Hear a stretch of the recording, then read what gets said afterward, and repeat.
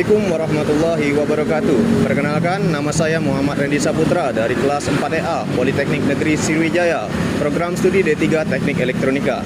Baik, di sini saya akan menjelaskan apa itu APAR dan bagaimana cara menggunakannya.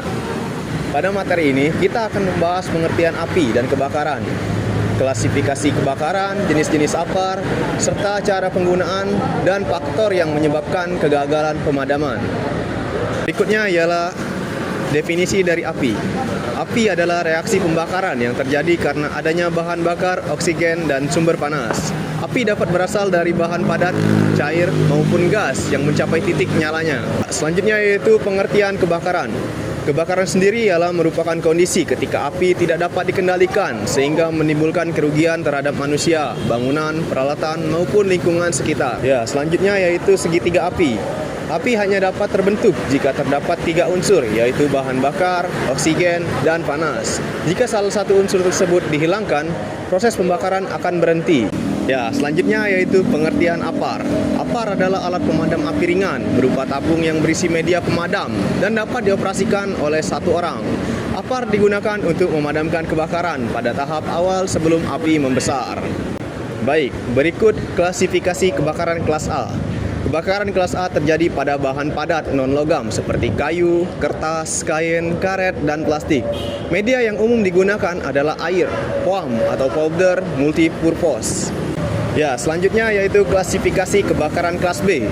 Kebakaran kelas B terjadi pada cairan dan gas yang mudah terbakar seperti bensin, solar, minyak tanah, LPG, dan LNG. Media yang sesuai adalah foam, CO2, atau dry powder.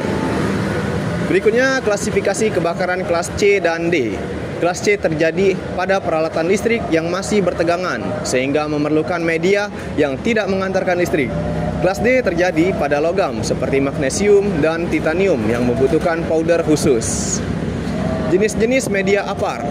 Media APAR yang umum digunakan adalah air, water, busa, foam, dry powder, karbon dioksida, CO2, dan halon. Pemilihannya harus disesuaikan dengan kelas kebakaran. Kemudian, APAR media air. APAR air efektif untuk kebakaran kelas A karena memiliki kemampuan menyerap panas yang tinggi. Cara kerjanya adalah mendinginkan bahan yang terbakar hingga suhu turun di bawah titik nyala. Kemudian ada APAR media dry powder. Dry powder bekerja dengan mengisolasi bahan bakar dan memutus rantai reaksi pembakaran.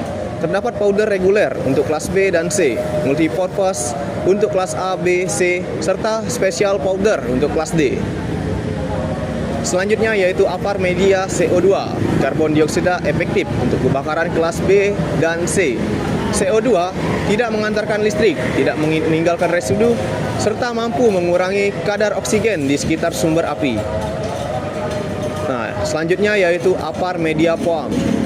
Foam membentuk lapisan busa yang menutupi permukaan bahan bakar sehingga kontak dengan oksigen terputus. Selain itu, foam juga membantu menurunkan suhu pada area kebakaran. Selanjutnya ada APAR media halon. Halon memiliki kemampuan pemadaman yang baik dan tidak meninggalkan residu.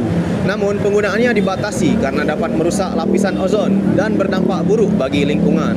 Baik, berikutnya yaitu pengetahuan dasar proteksi kebakaran. Proteksi kebakaran bertujuan agar setiap orang mampu mengenali bahaya kebakaran, memahami peralatan pemadam, dan memiliki kepedulian terhadap keselamatan kerja. Berikutnya yaitu pemasangan dan penempatan APAR. APAR harus ditempatkan pada lokasi yang mudah terlihat dan mudah dijangkau. Tinggian pemasangan sekitar 15-120 cm dari lantai, serta harus sesuai dengan potensi bahaya di area tersebut. Persyaratan APAR siap pakai yaitu APAR harus dalam kondisi baik, memiliki tekanan yang cukup, mudah diambil saat darurat, serta dapat dioperasikan dengan benar oleh seluruh personel yang bertugas.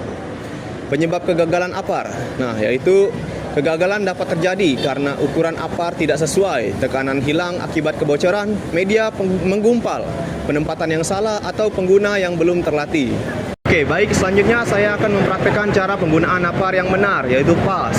Yang pertama yang kita lakukan ialah membuka kunci pada APAR, ditarik, pull. Kemudian kita angkat nozzle-nya dan kita lakukan pengarahan atau aim. arahkan kepada api yang mau kita padamkan. Kemudian kita tekan tuasnya, squeeze, sampai apinya mengeluarkan cairan atau isi di dalamnya. Nah, kemudian kita lakukan sweep, pengarahan pada api yang kita tuju untuk dipadamkan.